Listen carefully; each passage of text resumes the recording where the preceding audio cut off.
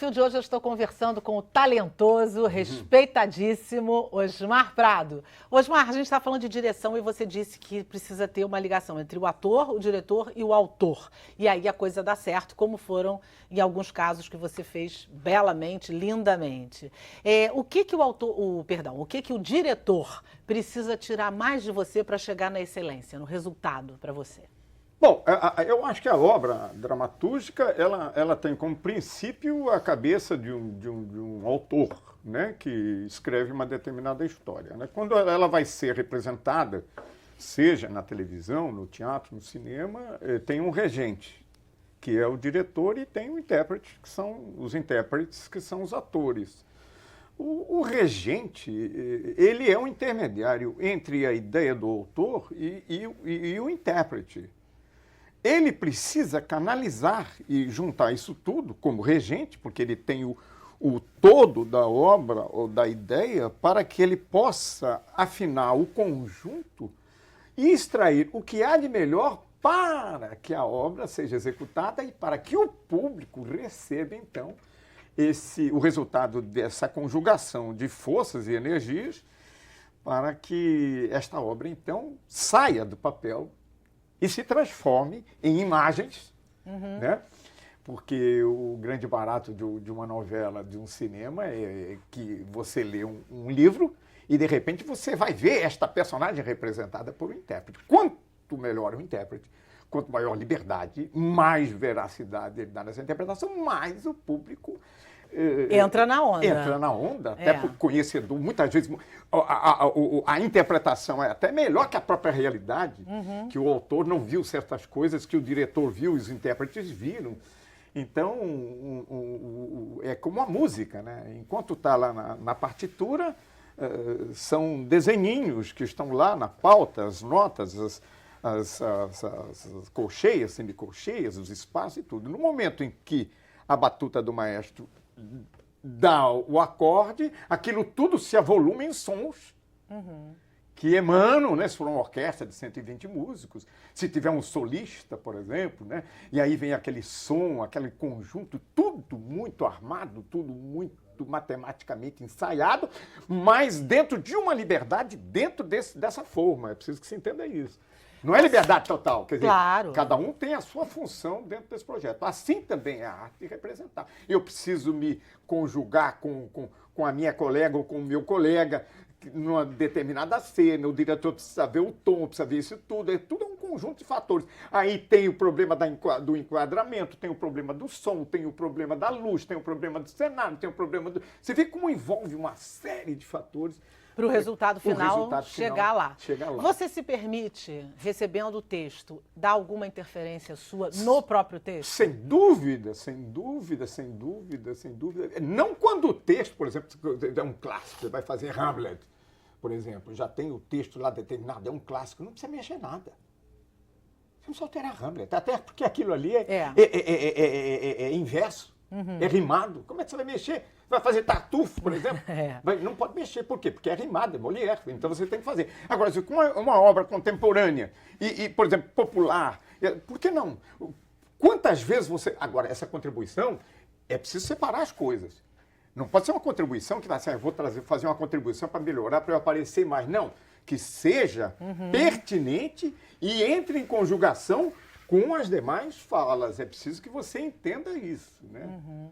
Há atores, por exemplo, que são excepcionais. Por exemplo, eu citaria o Jorge Doria, que foi um excepcional comediante, e ele transformava o espetáculo num espetáculo dele, né? Quer dizer, mas tudo bem, se os atores e o diretor era incontrolável, mas isso era um talento que Doria tinha, que era difícil trabalhar com ele. Mas ele monopolizava uma plateia inteira sozinho, né? Então, aí são particularidades. Mas são casos excepcionais, excepcionais. Digamos. Mas... Na regra do jogo não é assim. Não. Não pode ser assim. Né? Evidentemente que o Tião Galinha... Tião Galinha foi eu contribuí muito, mas fantástico. até porque nós conversávamos, Benedito e eu conversávamos, e ele contava histórias para mim, e o próprio Luiz Fernando de Carvalho me instigava a isso. E nós já sabíamos o que queríamos falar com a personagem. Muitas vezes até nem falar nada, porque o silêncio era muito mais forte do que qualquer palavra.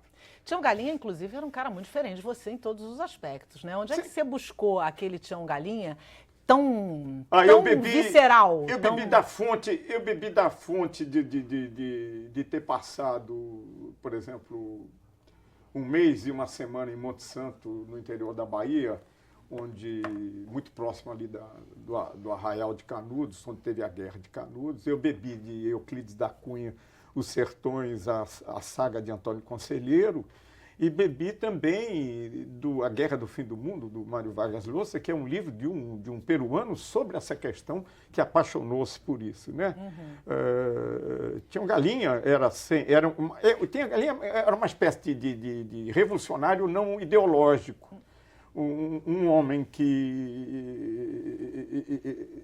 tinha a vontade de ter um pedaço de terra e não entendia por que ele não tinha, uma vez que ele era filho de Deus, tanto quanto os outros. Mas sem eu saber que uns eram mais filhos do que os outros. Aliás, uma discussão muito pertinente, atual, né? Muito atual. Se a gente fosse vendo, trazer para cá, estava bem na moda. Uns são mais filhos que os outros, né? E os outros filhos têm que trabalhar muito para que os outros filhos também sejam mais abastados que o outro. Então, e aí a gente vai. E aí a gente... Pelos desmandos. E Tião Galinha foi um personagem que o Benedito disse que escreveu para você. Tião Galinha, pela primeira vez, foi feita na novela Paraíso, e quem o representou foi o brilhante Lima Duarte. Uhum. E quando ele retomou em Renascer, aí ele retomou comigo. Ele queria que eu fizesse a personagem. O Luiz Fernando me convidou e disse: Benedito quer que você faça o papel que ele quer retomar, que foi feito em Paraíso pelo Lima. Então juntou tudo, né? Quer dizer, era o momento em que o Luiz Fernando assumia a liderança de uma novela. Ele era o líder, eu seria o intérprete dessa personagem, que era a paixão do Benedito. Ele te escolheu. E ele entregava a mim, e eu estava imbuído dessa saga de Antônio Conselheiro, né, desse mundo, né, desse guerra, universo, que foi irmão matando irmão, lá no fim do mundo, lá no sertão da Bahia. E eu então pude trazer um catador de caranguejo, um cara com uma mulher muito bonita, que era a Tetê Seibert, que se fez brilhantemente. Foi, muito bom. Tentando sair da miséria e depois iludido pelo fato de alguém falar na crendice de que, tendo um diabinho na garrafa, ele iria enricar.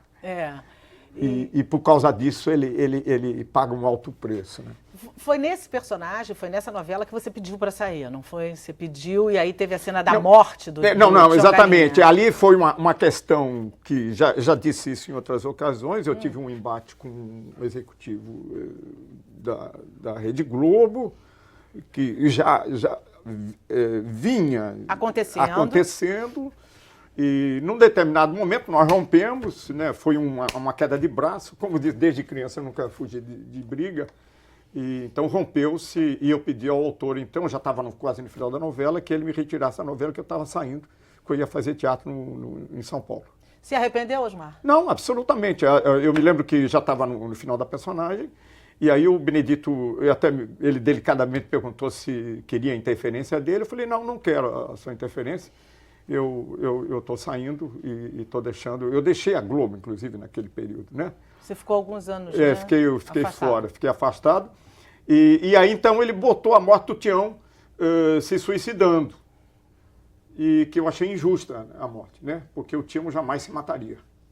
O Tião podia morrer de outra coisa, mas não de suicídio. Então, eu me lembro que, de comum acordo com o Luiz Fernando, nós colocamos um detalhe. Eu já disse isso em outra entrevista, que justificava a sua morte por suicídio. Porque ele é preso porque está reclamando demais, bota ele na cadeia, e numa dessas discussões dentro da prisão, ele leva uma bofetada na cara. Então, uma bofetada, como eu disse, né, uma bofetada no rosto de um homem digno é a morte dele. Primeiro ali foi a morte psicológica. E depois, quando ele vai para a cela, é a morte física, em que ele rasga a camisa, faz a corda e se enforca. Você fez personagens memoráveis. Acabamos de falar o Tião Galinha. Você fez o Juninho na primeira versão da Grande Família, que foi muito bacana Estudante também. de medicina, né? Isso. E que era uma dramaturgia que, para aquele momento, dizia muita coisa. Primeiro, retratava a família brasileira. Você estava trazendo algo que era muito diferente. Ali também você teve alguns questionamentos que eu acho que até o Vianinha te ajudou. Não, ali nesse foi. momento... Eu acho que eu comecei a ser ator ali. É, ali que eu comecei a ser ator, porque ali eu conheci o Viana, o Duvaldo Viana Filho, conheci o Paulo Pontes e o Armando Costa, que passaram a comandar o programa. Na verdade, eu tenho a impressão que me jogaram para aquele programa, mas como, acho que foi uma pequena punição, porque dizer assim, tudo bem, ele gosta de coletivo, ele gosta de... Então, ele não vai ser o protagonista, ele vai ser mais um. E, evidentemente, foi ótimo, porque ali eu não era protagonista de nada. A protagonista era a família, e eu era um membro da família. Então, dividia-se o espaço, todos nós da família. Ora brilhava um, ora brilhava outro, como num jogo de basquete, cada um jogando a bola para o outro para fazer a cesta, ou então tocando bola para fazer o gol. Então, foi muito legal. E eu comecei a entender isso. E o Viana, evidentemente, e o Paulo, principalmente o Vianinha, botou na boca do Júnior aquilo que ele queria falar como autor e como cidadão e como ativista político. E como estudante de medicina, o Júnior queria para o país uma medicina socializada. E como estudante de medicina, sofria muito dentro da universidade por conta disso. Então, era um personagem até considerado meio chato, né? Porque ele era muito certinho, muito determinado. Foi ele que, se não me engano, bolou a questão do recadão, né? O quadro que depois deu uma crítica de censura, a autocensura, que foi até elogiado por muita gente. Isso dentro da ditadura militar, vivíamos a ditadura militar, né? Então, tanto que o programa vingou, o programa ficou 2 anos e 4 meses aproximadamente. Que para aquela época era um feito raro. Um efeito raro, exatamente. Mas deve-se a isso a mudança. Ele inicialmente não foi bem, quando eles mudaram, fizeram umas mudanças, foi até o Daniel Filho, e chamou, foi o Daniel quem chamou o Viana, o Paulo e o Armando, né, que eram uns intelectuais mais comprometidos com a sociedade, né, com o futuro do Brasil. Eles deram uma outra roupagem, né? uma consciência mais crítica, né, ao programa. Né? E foi, tanto que o Júnior não foi reeditado.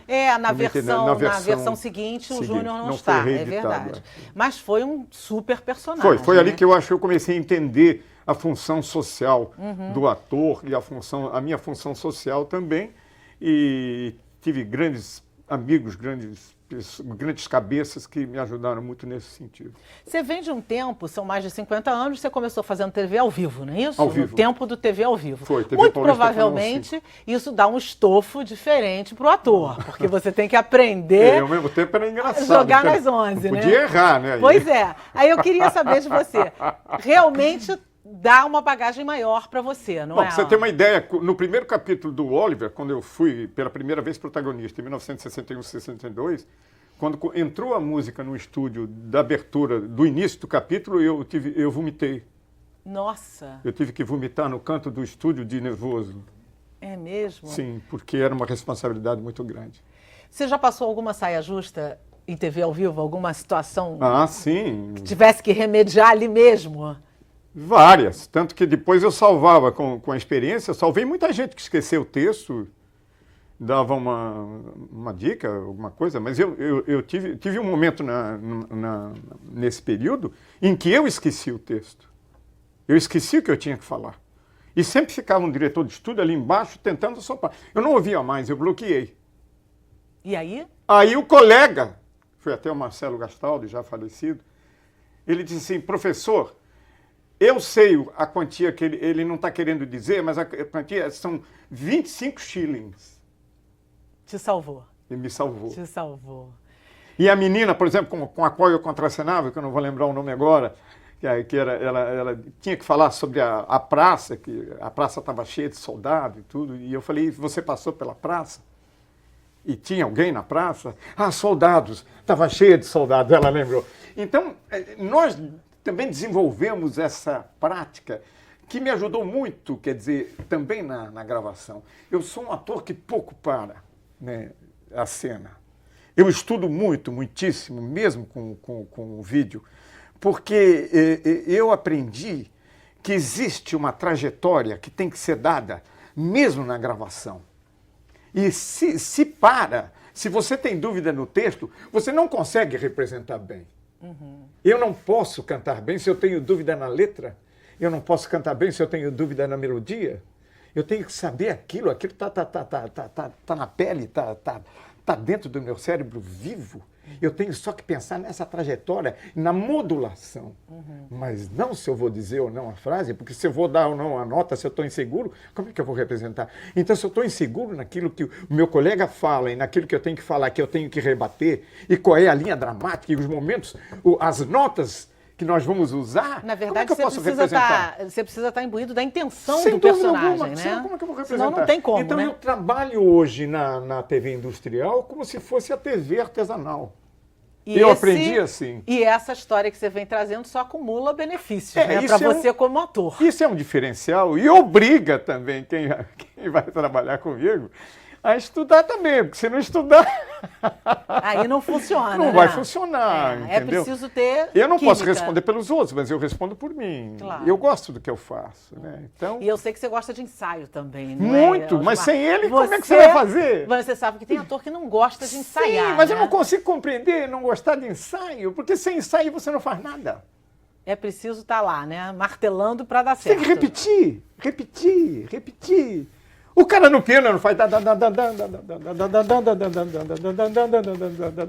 8 horas por dia, para ele poder fazer aquilo assim, né? O cara fecha o olho. Né? Quer dizer, então você tem que ter essa habilidade, né? Tem que ter isso na pele, né? Como a gente diz no popular, o personagem tem que estar na mão. Sim, tem que estar na mão. Corpo e alma. É, verdade. E quando isso acontece, por isso que eu acho que essas personagens que eu representei, elas ultrapassaram o limite da tela. Em decorrência disso, havia entre mim e T.T. Seiblitz uma perfeita comunhão, né? Osmar, você, como falamos, são muitos anos de televisão e muitos anos de aplauso, muitos anos de trabalhos bem-sucedidos. Passou deslumbramento aí nesse período por você? Responde pra gente no próximo bloco. Eu vou fazer mais um rápido intervalo e volto com mais Osmar Prado aqui no Perfil pra você. Não sai daí não, que é rapidinho.